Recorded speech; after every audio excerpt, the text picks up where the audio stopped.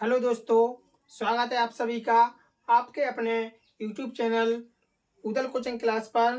मैं उदल कुशवाहा। मैं आपको आज की वीडियो में संख्या पद्धति के बारे में बताएंगे। संख्याओं के प्रकार बताएंगे, जैसे कि सम संख्या हुई, विषम संख्या हुई, प्राकृतिक संख्या हुई, पूर्ण संख्या हुई। सभी संख्याओं की परिभाषा सहित समझेंगे आज हम लोग इस वीडियो में। तो वीडियो में लास्ट तक जरूर बने रहिए। आपको पसंद आए तो वीडियो को लाइक एवं चैनल को सब्सक्राइब जरूर कीजिएगा। तो चलिए दोस्तों, हम प्राकृतिक संख्या लेते हैं। प्राकृतिक संख्या को इंग्लिश में नेचुरल नंबर कहा जाता है। देखिए, प्राकृतिक संख्या को हम कैसे पहचाने कि ये प्राकृतिक संख्या है। तो प्राकृतिक संख्या किसे कहते हैं? प्राकृतिक संख्या की परिभाषा है, गिनती की सभी संख्याओं को हम क्या कहते हैं? प्राकृतिक संख्या कहते हैं। यह एक से शुरू होती है और अनंत तक जाती हैं। जैसे 1, 2, 3, 4, 5, 10, जहां तक आप लिख सको, अनलिमिटेड अनंत तक जाती हैं। इन्हें हम प्राकृतिक संख्या कहते हैं। दोस्तों समझ। देखिए दोस्तों, दूसरे आपके पूर्ण संख्याएं। पूर्ण संख्याओं को अंग्रेजी में क्या बोलते हैं? Whole number. यदि आप प्राकृतिक संख्या है, जो प्राकृतिक संख्याओं के समूह में क्या मिला दें, यहाँ पर 0 मिला दें, तो वह संख्या क्या हो जाती है? पूर्ण संख्याएं बन जाती हैं। देखिए, प्राकृतिक संख्याओं के समूह में यदि आप 0 को शामिल कर लें तो ऐसी संख्याओं के समूह को क्या कहेंगे? हम पूर्ण संख्या कहेंगे। जैसे 0, 1, 2, 3, 4, 5, मतलब अनंत तक इनको भी आप लिख सकते हो। तो दोस्तों, यहाँ पर एक आपका क्वेश्चन बनता है, जैसे यदि आपसे कोई कहे कि सभी प्राकृतिक संख्याएं पूर्ण संख्या है, मतलब प्राकृतिक की जो सभी संख्याएं हैं वह पूर्ण संख्या है, तो हाँ, प्राकृतिक सभी संख्याएं पूर्ण संख्याएं हैं। यदि आपका क्वेश्चन बने कि कुछ पूर्ण संख्याएं प्राकृतिक संख्याएं हैं, तो हाँ, कुछ मतलब 0 को आप छोड़ के जो आपकी संख्याएं भी प्राकृतिक संख्याएं हैं। यदि आप 0 को हटा देंगे तो क्या हो जाएंगी? प्राकृतिक संख्याएं। तो हाँ, कुछ पूर्ण संख्याएं आपकी प्राकृतिक संख्याएं हैं। यदि कोई कहे कि सभी पूर्ण संख्या प्राकृतिक संख्या है, तो नहीं, सभी पूर्ण संख्याएं आपकी प्राकृतिक संख्याएं नहीं है। देखिए, अब हमारी क्या पूर्णांक संख्याएं किसे कहते हैं? पूर्णांक संख्याओं को इंग्लिश में हम इंटीजर्स नंबर कहते हैं। देखिए, संख्या रेखा पर 0 से धनात्मक, जैसे 0 से धनात्मक लेंगे हम, 0, 1, 2, 3, 4, 5, ये क्या है? धनात्मक। एवं ऋणात्मक की, ऋणात्मक -1, -2, -3, -4, ये होगी क्या आपकी? ऋणात्मक संख्याओं को पूर्णांक संख्या कहते हैं। तो 0 संख्या रेखा पर 0 से धनात्मक एवं ऋणात्मक, ये आपकी कौन सी हो गई? ऋणात्मक। और जी होगी आपकी धनात्मक।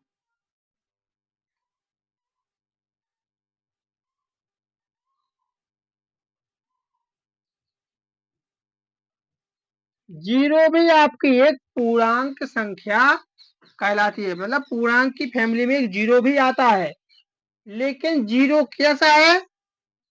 उदासीन पूर्णांक संख्या है। 0 क्या है?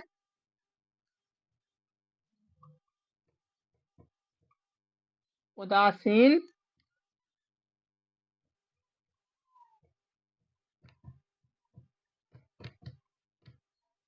ना तो वो ऋणात्मक है ना ही वो धनात्मक है।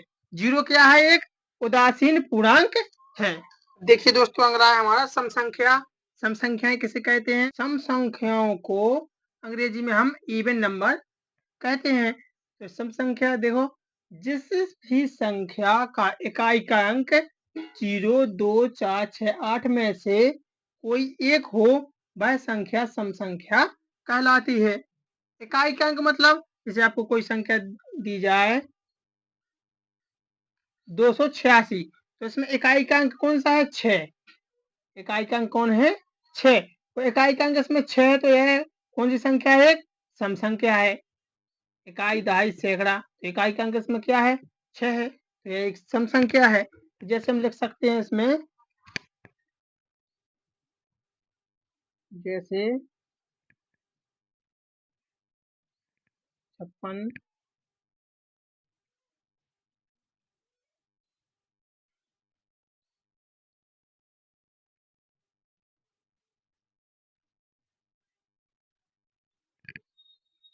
देखिए तो जो बहुत बड़ी बड़ी संख्याएं हैं, इसको हम कैसे पहचानेंगे कि ये सम संख्या है? तो आपको कुछ नहीं देखना है। जैसे आपके लिए 25 से मतलब नहीं है, आपके लिए पीछे कितना है? 6।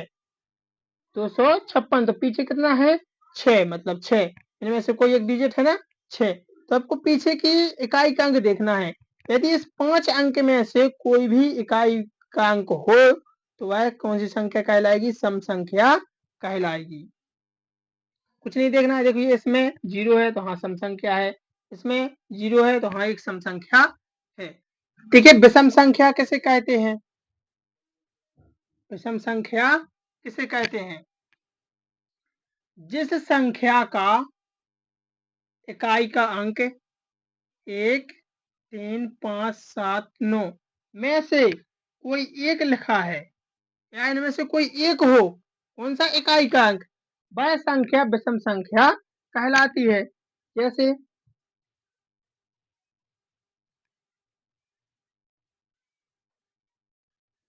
435, मतलब इकाई का अंक। आपको इससे में कोई मतलब नहीं है, 4, 3 से कोई मतलब नहीं है, पीछे का अंक देखना है, इकाई का अंक। इकाई का अंक कितना है? 5। यह एक विषम संख्या है। जैसे दूसरी रहे, यह एक विषम संख्या है, क्योंकि इकाई का अंक कितना है? देखिए 7। भाज्य संख्या किसे कहते हैं? भाज्य संख्या को अंग्रेजी में कंपोजिट नंबर कहते हैं। भाज्य संख्या की परिभाषा देखिए, वे संख्याएं जो अपने और एक के अलावा, मतलब जो स्वयं और एक के अलावा और भी संख्या से पूरा पूरा कट जाए, वह संख्याएं भाज्य संख्या कहलाती हैं। जैसे 12 है आपका, 12 एक से तो कट रहा है, स्वयं से भी कट रहा है, इसके अलावा 2 से भी देखो पूरा भाग जा रहा है। इसमें 2 से काटेंगे, 2 छक्के 12, 6 बार कट गया। 6 के बाद 3, 2 के बाद 3 से भी इसमें भाग जा रहा है, तो वह संख्या क्या है? ये भाज्य संख्या है। जैसे 15, एक से भी, स्वयं से भी और 3 से भी।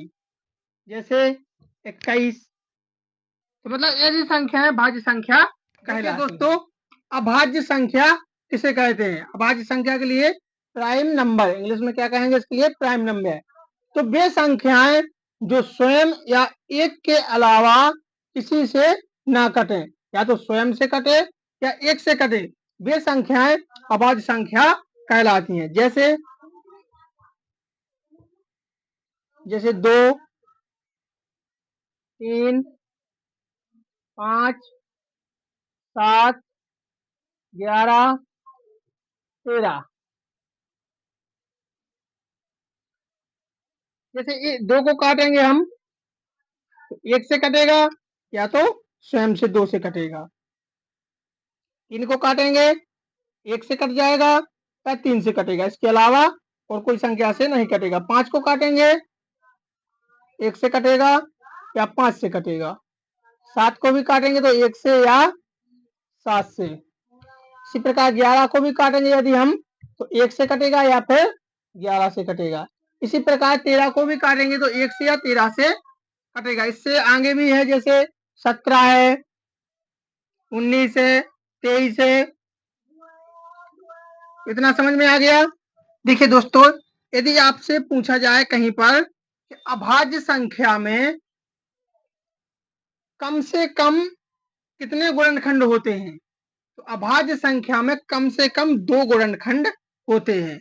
यदि आपसे पूछा जाए कि अभाज्य संख्या में ज्यादा से ज्यादा कितने गुणनखंड होते हैं, तो अभाज्य संख्या में ज्यादा से ज्यादा 2 ही गुणनखंड होते हैं, क्योंकि अभाज्य संख्या में केवल 2 ही गुणनखंड बनते हैं।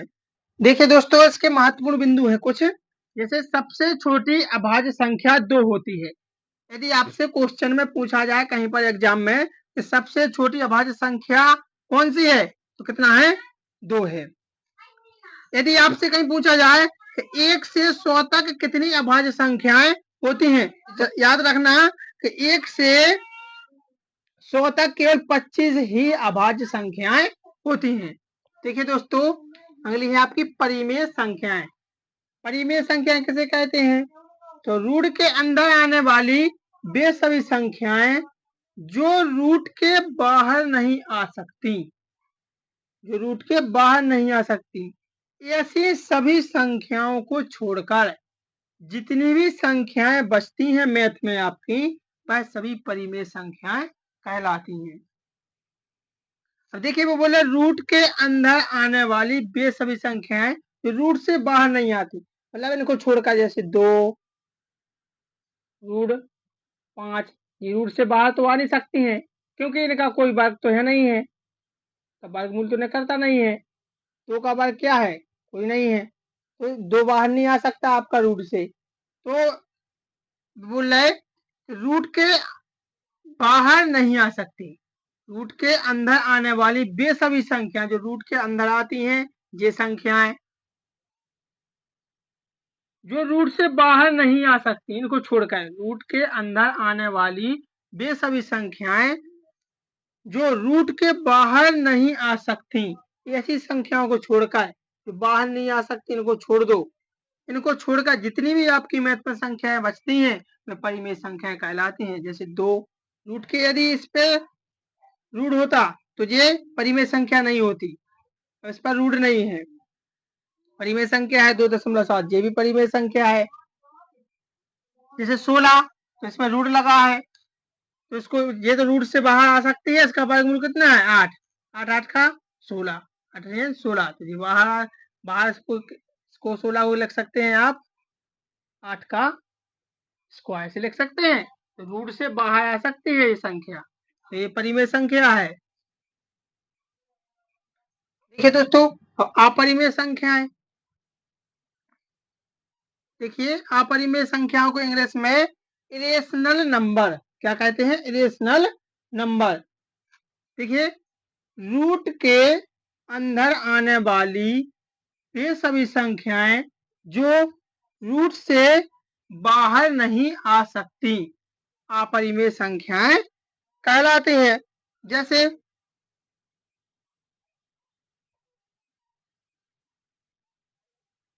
2,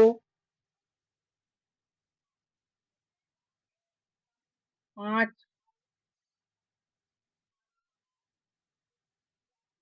3, यदि हम इसमें +2 कर दें तो आप कहेंगे ये तो रूट के बाहर है, ये रूट के अंदर है, तो ये अपरिमेय संख्या कैसे है, तो देखिए